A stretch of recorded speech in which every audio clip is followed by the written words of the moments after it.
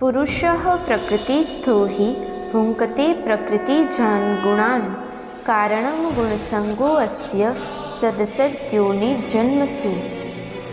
મિત્રો, 84 લાખ યોનિઓમાંથી જીવાત્માને કઈ યોનિ મળશે?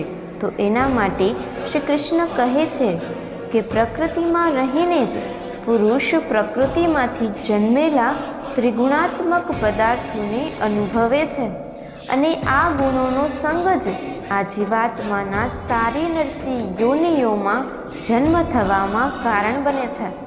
મિત્રો, સરળ ભાષામાં કહીએ તો સત્વગુણના સંગથી દેવ યોનિઓમાં જન્મ મળે છે, રજોગુણના સંગથી મનુષ્ય યોનિમાં અને તામસી ગુણના સંગથી જીવ જંતુ અને પશુ પક્ષી આદિ યોનિઓમાં જન્મ થાય છે।